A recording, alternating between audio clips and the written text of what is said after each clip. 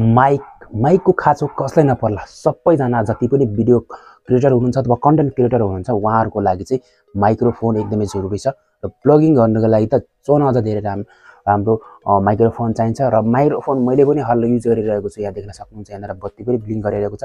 यो पनि एउटा वायरलेस माइक हो, तर साथीहरू यो एउटा मात्रै कनेक्ट हुन्छ।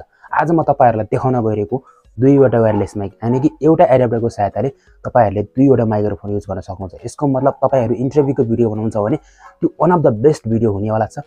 त्यसैले साथीहरू आजको यस भिडियोमा मैले तपाईलाई प्रोडक्ट पनि ल्याइसकेको छु र म लेट्स स्टार्ट प्रोडक्टलाई अनबक्सिङ गरौँ। मा लेखेको छ K35 भनेको छ, जसमा चाहिँ यहाँनिर यो U30 भनेर पनि यहाँनिर देखाएको छ, अर्थात् यो वायरलेसतिर पनि अरूतिर पनि हुन्छ भनेर भनेको, जस्तै ठुलो स्पिकरतिर पनि त्यो काम दिन्छ भनेको छ। यहाँनिर कुरा गर्दाखेरि तपाईको लाइभ सोमा युज गर्न सकिन्छ भनेर भनेको छ। त्यस्तै गरी तपाईले इन्टरभ्यूमा, त्यस्तै गरी ब्लगिङ, सर्ट भिडियो भनेर भनेको छ। यतातिरको साइडमा हेर्ने हो भने यहाँनिर टाइम ल्याप्स देखाइरहेको छ, कति घण्टा चार्ज टिक्छ भन्ने कुरा। यो पनि चार्ज गर्नुपर्छ यो रिसिभर पनि। त्यसरी यो रहेको छ र त्यसपछि यहाँ यी दुईवटा साइडहरु दिइरहेको छ, जस्तै क्यामेरामा युज गर्न सक्नुहुन्छ, त्यस्तै गरी तपाईले स्पिकरमा युज गर्न सकियो। र यो साइडमा हेर्ने हो भने तपाईलाई यहाँनिर यस्तो खालको चीजहरु शो गरिरहेको छ। टाइप सी छैन यसमा र यो अल इन वान यो माइक्रो यूएसबी बाट तपाईको चलाउन सकिन्छ भनेर भनेको छ। अब कुरा गरौँ भित्र बक्स कन्टेन्टको कुरा गरौँ। बक्स क्वालिटी यस्तो छ र तपाईहरुलाई एउटा रिसिभर मिल्छ भने दुईवटा तपाईलाई माइक्रोफोन मिल्छ, जसमा तपाईले इन्टरभ्यु गर्न सक्नुहुन्छ। माइक्रोफोनको क्वालिटी एकदमै राम्रो छ, डिसेन्ट क्वालिटी छैन, एकदमै राम्रो खालको माइक्रोफोन क्वालिटी छ।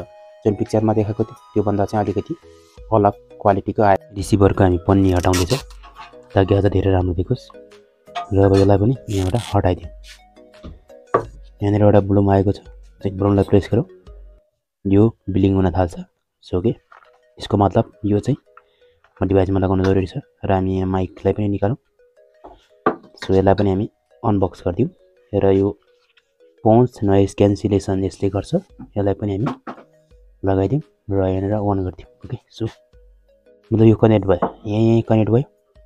सो हामी डिभाइसमा लगाउँ, डिभाइसमा नलगाउने कनेक्ट भयो। सो के सो मतलब डिभाइसमा नलगाए पनि कनेक्ट हुन्छ। ओके, सो र यसो गरिसकेपछि हामी यसलाई पनि अन गरौँ ताकि यो पनि एकैचोटि दुईटा कनेक्ट हुन्छ हुँदैन भन्ने कुरा त तपाईहरुले बुझ्न जरुरी छ नि त, हैन? त्यसपछि हामी यसलाई पनि अन गरौँ। ओके, सो यो दुईटै अन भइसकेको छ, अर्थात् यो दुईटै कनेक्ट भइसकेको छ, एकैचोटि दुईटै कनेक्ट भइसकेको छ।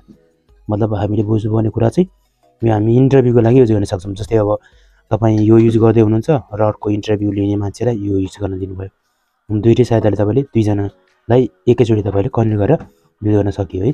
यो तरिकाले हुन्छ र यसले बन्द गरेर एउटा मात्रै पनि कनेक्ट गर्न सकिन्छ।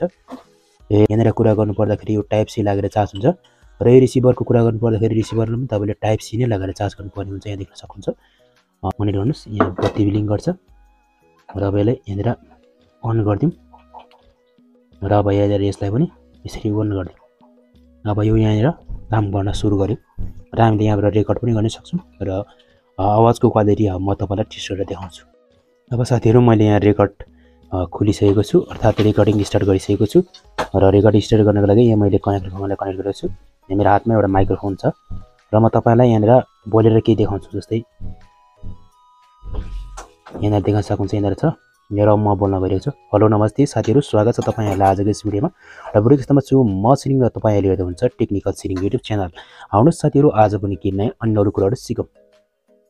हामीले यसलाई स्टेप गर्यौं। अब यसलाई हामीले यहाँनिर सेभ गर्दियौं र अब हामी सुनिहेरौँ यसलाई है। ओके,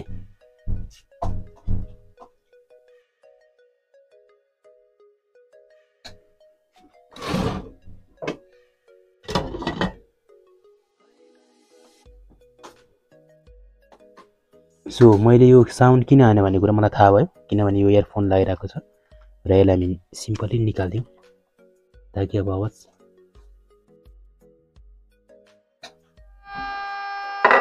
सो गाइज यो चाहिँ अहिले यहाँ रेकर्ड भइरहेको छ। अब मैले फेरि एक दुई किचोटि ट्राई गरेर यसलाई अब निकालिसकेँ र अब यसलाई सुनिहेरौँ।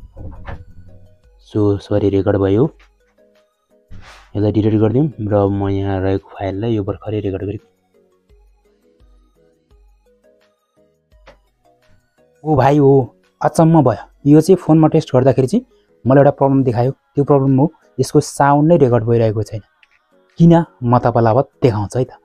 यहाँ देख्न सक्नुहुन्छ यो एकदमै फाइनली तपाईहरुले नजिक देख्न सक्नुहुन्छ, यो फाइनली कनेक्टेड छ, तर मैले फोनमा लगाएको छैन। यहाँ देख्न सक्नुहुन्छ यहाँ पनि इन्डिकेटर बोलिरहेको छ, मतलब यो कुनै पनि फोनमा नलगाइकन पनि यो कनेक्ट हुन्छ। ओके, सो मैले यो फोनमा लगाउन खोजेको थिएँ। यो मेन प्रब्लम यो रहेछ 3.5 mm ज्याकमा।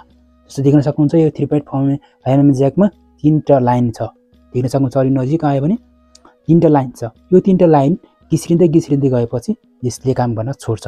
त्यो कारणले गर्दाखेरि म तपाईहरुलाई सजेसन गर्छु, यस्तो खालको वायरलेस वाला तपाईहरुले दुईवटा पाउन सक्नुहुन्छ। यस्तै गरी दुईवटा माइक भएको त्यो सजेसन गर्छु। त्यो टाइप सी वाला हुन्छ, त्यो तपाईलाई मज्जाले सपोर्ट गर्छ। मैले पनि त्यो युज गरेको धेरै भइरहेको छ। त्यो कारणले गर्दाखेरि यो म अहिले नै इमिडिएटली रिटर्न गर्न गइरहेको छु र तपाईहरुले पनि यो चीजलाई अभोइड गर्नुस्। यो चीज किन्नु भन्दा पनि तपाईहरुले टाइप सी वाला यदि तपाईलाई यो दुईवटा माइक्रोफोनको साथमा दिँदैछ भने तपाईहरुले त्यो चाहिँ किन्न म सजेस्ट गर्छु। सो साथीहरु, आजको यस भिडियोमा तपाईहरुलाई बताएँ कि मैले यो K35 किन्न राम्रो कि नराम्रो भनेर तपाईलाई जानकारी गराएँ र सबै अनबक्सिङ भिडियो देखाएँ।